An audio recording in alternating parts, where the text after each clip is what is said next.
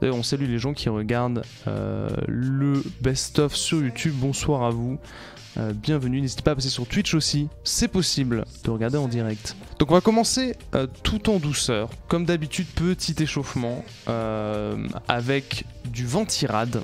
Alors on a une annonce du côté de chez Cooler Master qui met à jour son Cooler Master Hyper 212 Evo dans cette nouvelle révision V2. Alors pour ceux qui sont dans le hardware depuis quelques années, vous avez probablement un bon souvenir du 212 Evo puisque c'était un Ventirad phare pendant de longues années. Donc là sur cette V2, comme vous voyez avec ces vidéos qu'il y a sur leur site, la grosse amélioration c'est au niveau du système de montage qui était assez chiant, on va pas se mentir, sur le premier 212 Evo. Le système de montage du ventilateur a changé aussi. La forme du Ventirad a été... le positionnement du Ventirad est un peu excentré pour justement permettre d'avoir de la rame un peu plus haute. C'est ce qu'on voit ici sur cette photo. Donc on peut avoir de la rame plus haute grâce à ce décalage. Pas mal de fabricants de Ventirad font ça maintenant justement vu que les rames RGB sont assez hautes. Mais on garde sur ce modèle, je sais pas si on voit un peu mieux sur les autres photos, mais on garde sur ce modèle les caloducs, les heat pipes si vous préférez, qui sont apparents. Donc moi perso je trouve pas ça très esthétique comparé à du 212 Black de Cooler Master ou du Pure Rock 2 ou encore le NH12S par exemple, où c'est un peu plus épuré je trouve sur le haut. Mais voilà, donc c'est un nouveau refresh. Pour continuer sur les Ventirad, cette fois-ci du côté de chez Be Quiet. C'est pas un nouveau Ventirad, c'est juste une nouvelle déclinaison du Shadowrock 3 qui dispose maintenant d'une version blanche. Je l'avais posté sur Twitter justement l'autre jour parce que ça pourrait intéresser ceux qui veulent faire des configs noirs et blancs. Puisqu'en fait les caloducs, les ailettes sont peintes en blanche, le ventilo est noir cependant. Ils n'ont pas fait le dessus en full blanc, il y a une partie supérieure qui est en noir.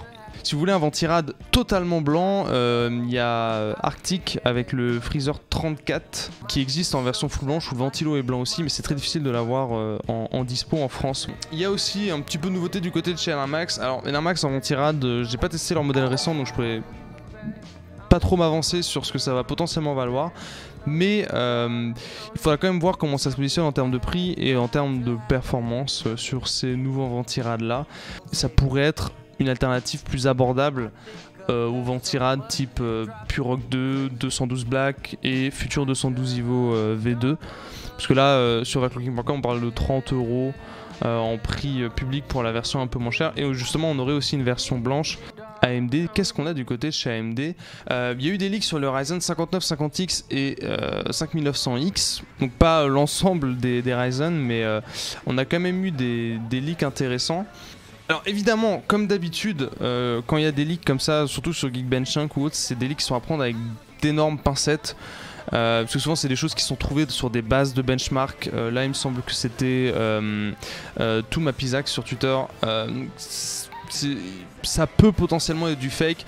Donc en gros sur ces benches de Geekbench 5, ça permet donc comme je disais de se donner une idée, même si c'est à prendre avec des pincettes. On a un 5950X qui a des performances vraiment impressionnantes comparé au 3950X. Il gagne quasiment 2000 points sur Geekbench 5 en multithread et en single thread, donc sur globalement une utilisation sur un seul thread. On a un gros gain aussi de quasiment 400 points. Donc c'est plutôt encourageant. Le 5900X a aussi un bon gain par rapport au 3900 XT. Donc on voit une belle amélioration par rapport au Ryzen 3000. Pour rappel, AMD parlait de plus 19% sur l'IPC, donc le nombre d'instructions par cycle d'horloge.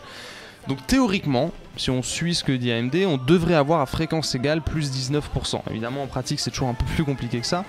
Mais là ce premier leak sur Geekbench est plutôt encourageant. On a aussi une fréquence maximale qui est relevée par Geekbench. Et dans le cas du 5950X, on a une fréquence boost, une fréquence maximale qui a été relevée supérieure à ce qu'a annoncé AMD. Parce que par exemple sur 5950X, AMD avait annoncé un boost à 4.9 GHz et là Geekbench a relevé 5 GHz. Alors ça peut être un bug ou autre, mais si ça se confirme, c'est quand même extrêmement encourageant.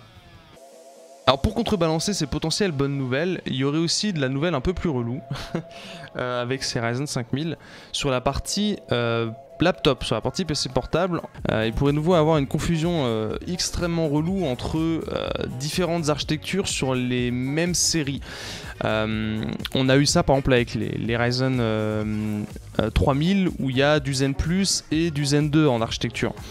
Et là, avec la Ryzen 5000, c'était plutôt en bonne voie pour que tout soit uniformisé, que tous les Ryzen 5000 utilisent l'architecture Zen 3. Mais il y a des leaks, alors c'est à prendre avec des pincettes, on verra ce qu'il en est réellement par la suite, mais il y a des leaks qui font mention de processeurs Ryzen 5000 en version laptop, donc, qui sont des APU, des processeurs avec une partie graphique, qui pourraient mélanger d'architecture Zen 3 et l'architecture Zen 2. Ce qui serait vraiment dommage parce que, comme je le disais, Zen 3, il y a eu des grosses améliorations au niveau de l'architecture, au niveau des fréquences. Et en fait, de mélanger dans une même série du Zen 3 et du Zen 2, ça peut entraîner de la confusion chez le consommateur. Parce que, vas-y pour expliquer pourquoi le Ryzen 5700U est bizarrement beaucoup moins perf que le 5800U, parce que c'est pas la même architecture, enfin c'est un bordel.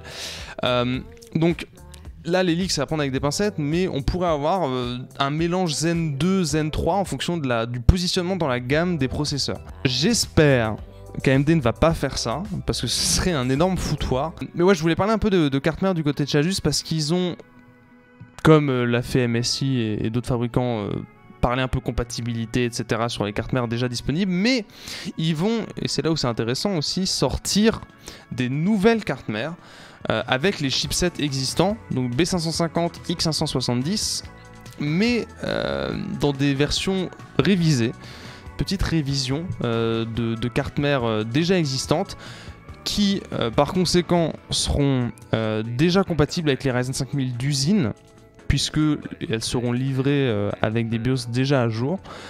Il faudra voir comment elles vont se positionner en termes de prix. Donc là, il s'agit d'une B150 XE Gaming, d'une Crosshair 8 Dark Hero, qui d'ailleurs en X510 n'aura pas de ventilo au niveau du chipset, ce qui est assez rare.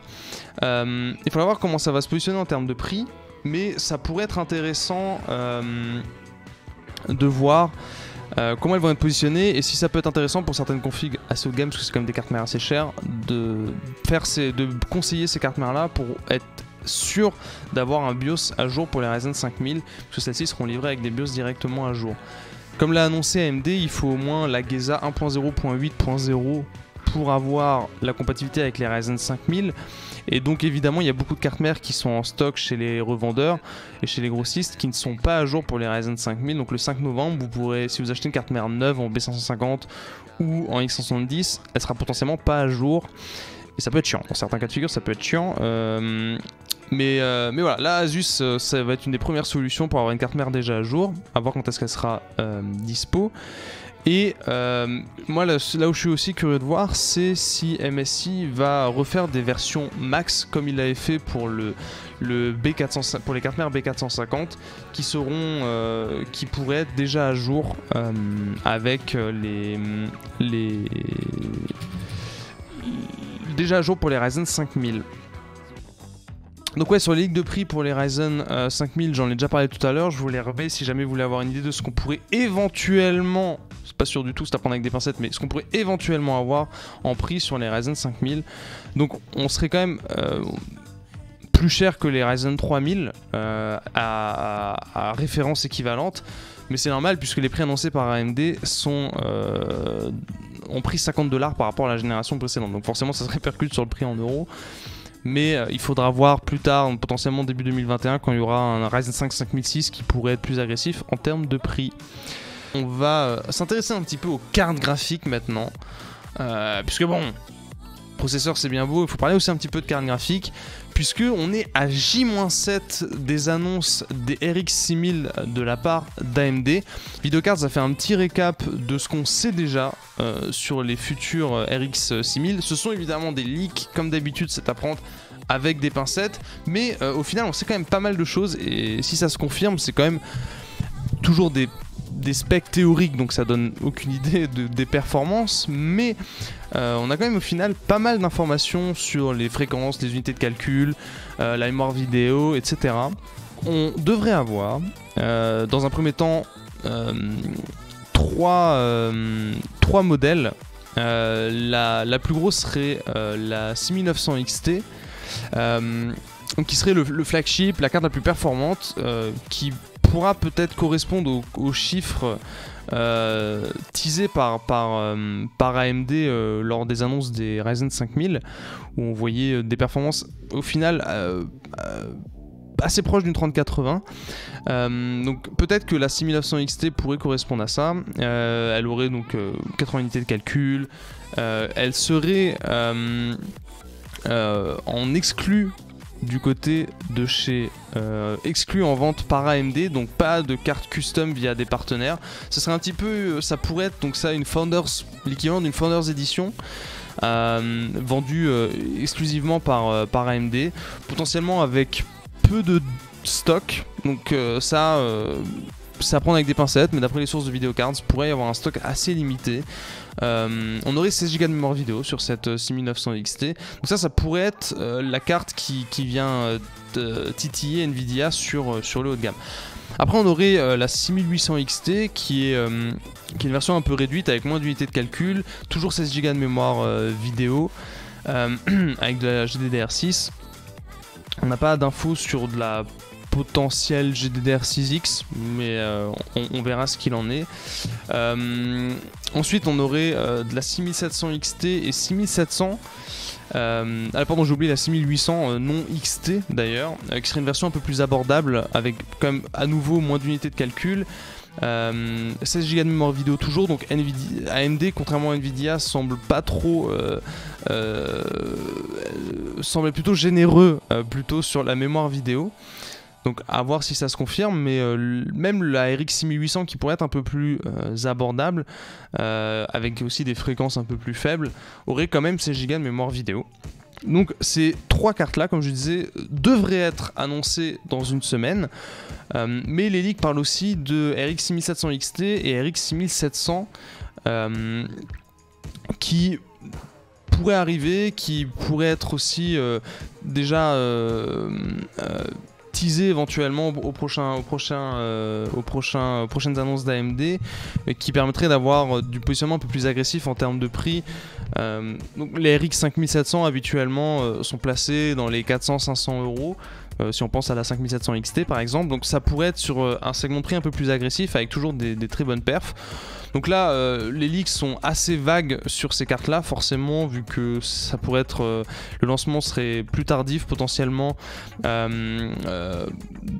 d'après les rumeurs potentiellement en janvier, donc à voir, mais donc ce serait une puce plus petite que sur les RX 6900 6800, du Navi 22 au lieu du Navi 21, donc avec beaucoup moins d'unités de calcul, mais qui pourrait proposer un très bon rapport performance-prix malgré tout. Donc ça on verra ce que ça va donner. On aurait potentiellement un peu moins de mémoire vidéo aussi, mais quand même, à prendre avec des pincettes, on aurait quand même potentiellement 12 Go de mémoire vidéo, ce qui reste plus que la 3070 et la 3080. Voilà, avoir aucune idée évidemment sur les prix, mais hâte de voir ce que va annoncer évidemment AMD le 28 octobre. Comme je disais tout à l'heure, évidemment on va suivre cette annonce en live. Autre chose intéressante par rapport à ces RX 6000, on pourrait avoir des fréquences boost qui seraient assez hautes. Il y a eu plusieurs leaks qui ont parlé de ça, il y a aussi un article sur overclocking.com qui reprenait ces infos là. D'après Igor's Lab, on pourrait avoir un potentiel boost maximum, mais attention, on parle bien de game boost, donc c'est une fréquence atteinte, un pic de fréquence, pas une fréquence qui est maintenue sur le long terme pendant une longue utilisation. Mais on pourrait avoir des pics de fréquence très hauts sur du custom, avec Igor's Lab qui évoque même du 2577 MHz.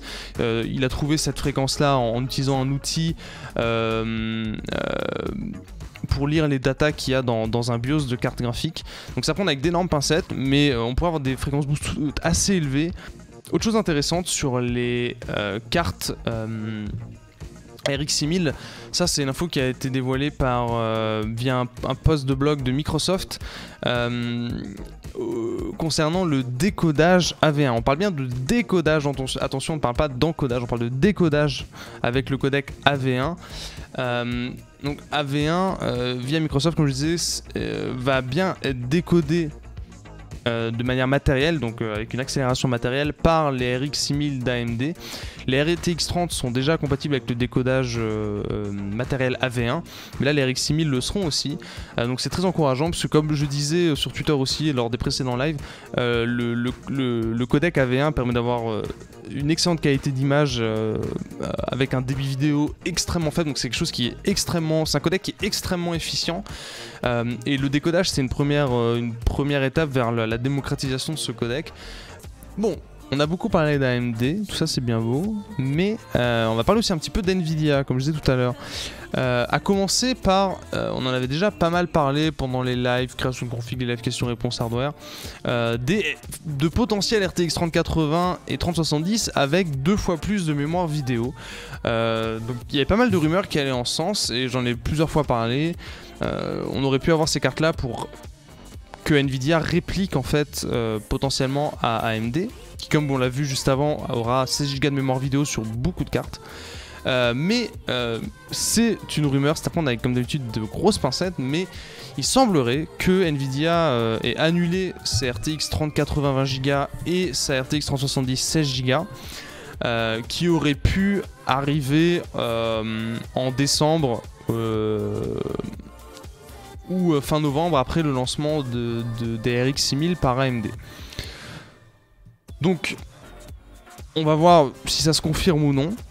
Attendons déjà les annonces d'AMD, voir si Nvidia réplique assez rapidement ou non. Mais si vous comptiez du coup attendre une 3080 20 Go pour soit avoir plus de stock ou autre, ça semble plutôt mal barré d'après cette dernière rumeur. Après, l'avenir nous confirmera ou non si c'est bien annulé. On avait aussi eu des leaks sur la 3070 Ti qui semblent aussi ne pas se concrétiser. Donc voilà, potentiellement pas de complet d'ajout au niveau de la gamme du côté de chez Nvidia sur ces segments-là. Par contre, Videocards maintient que on aurait bien la 3060 Ti qui arriverait aux alentours de mi-novembre sur le marché pour proposer une alternative un peu plus abordable à la 3070. 3070 qui, comme on en parlait tout à l'heure, arrive le 29 octobre. Donc le lancement a été reporté du 15 au 29 octobre. Une des raisons, c'était justement pour que Nvidia puisse proposer un peu plus de stock sur cette carte-là. Donc on va espérer qu'au lancement de la 3070, ce soit moins la misère pour pouvoir en acheter une. Mais si jamais la 3070 est un petit peu trop chère pour vous, ou que vraiment c'est la merde en termes de stock, sachez que la 3060 Ti devrait arriver assez rapidement. Donc on verra ce qu'il en est, mais ça pourrait être une bonne alternative avec évidemment beaucoup moins d'unités de calcul, mais si le prix est agressif, ça pourrait rester intéressant à voir évidemment comment ça va se positionner par rapport aux cartes d'AMD. Pour l'instant, pour revenir sur la partie stock sur les RTX 30, malheureusement Nvidia a communiqué dessus, hein, ça risque d'être tendu jusqu'en 2021, premier trimestre, deuxième trimestre 2021. Donc je maintiens ce que je disais dans les précédents lives au niveau des conseils d'achat. Si vous voyez de la RTX 3080 qui est soudainement 200 € plus cher en custom que les prix annoncés au lancement par Nvidia, essayez vraiment d'attendre. Soit de voir si la 3070 suffit pour votre usage une fois qu'elle est dispo, si les stocks suivent, ou alors d'attendre effectivement après les fêtes et après les fortes demandes, voir si la 3080 baisse de prix, ou si au final Nvidia décide malgré tout de sortir une 3080 20 Go, mais bon, comme dit, pour l'instant les rumeurs évoquent que celle-ci serait annulée. D'ailleurs ça me fait penser, en parlant de Founders, je sais pas si vous aviez vu passer, mais il y a LDLC qui a mis en vente des Founders Edition. Ils ont été sélectionnés comme le revendeur officiel hors Store Nvidia de cartes Founders Edition. Ça a été mis en vente, c'était lundi. Non, c'était lundi. Ouais, il me semble que c'était lundi. Ou hier, je sais plus. Je sais plus quand est-ce qu'ils avaient été référencés sur le site. En gros, c'est passé un peu en sous-marin malgré tout. Moi, j'avais pas vu passer lundi. Et évidemment, Les stocks ont été vendus en quelques minutes. Globalement, maintenant, on arrive sur une page où il y a rien du tout. C'est les numériques qui avaient spot la mise en vente, épuisé évidemment, à présent. C'était le 19 à 15h que ça a globalement été mis en vente. Mais alors la news a été publiée à 15h45. À 15h53, il fallait s'en douter, le stock devait être assez faible, il n'y a plus de pièces. Tu m'étonnes. Il devait avoir tout pété. Alors dur de prédire combien ils avaient de pièces, mais il y avait potentiellement une dizaine de pièces à tout péter quoi. En plus c'est des Founders, donc c'est le truc où il y a encore de base, pas beaucoup de pièces. D'ailleurs si vous voulez avoir un peu... Alors c'est à prendre à nouveau avec des grosses pincettes comme d'habitude puisque ça vient que d'un seul revendeur. Mais si vous voulez avoir une idée de ce que reçoivent les retailers par rapport à ce qu'ils commandent en termes de volume, il y a un revendeur danois, ProShop.de, qui doit aussi revendre en Allemagne, qui publie ces chiffres de quantité commandée chez les fabricants de cartes custom versus ce qu'ils reçoivent. Et quand on voit je sais pas moi, sur une 3070 Stuff qui commande 660 pièces et que pour l'instant ils en ont reçu 0 mais qu'ils en ont 160 en cours de livraison, on se rend compte que les quantités sont extrêmement faibles de cartes reçues. Et la demande devant être très élevée, d'avoir aussi peu de pièces qui sont livrées, c'est quand même très très compliqué. On se retrouve ce week-end pour un prochain live que j'annoncerai évidemment sur Twitter et Discord. Et la semaine prochaine, n'oubliez pas, le 28 octobre, il y a les annonces d'AMD qu'on suivra aussi en live. Donc c'est dans une semaine. Ce sera intéressant et excitant, je l'espère. On verra ce qu'ils vont nous annoncer. Et je vous souhaite de passer une bonne fin de semaine. Si vous avez des vacances, profitez bien de vos vacances. Et à très bientôt. Ciao, ciao.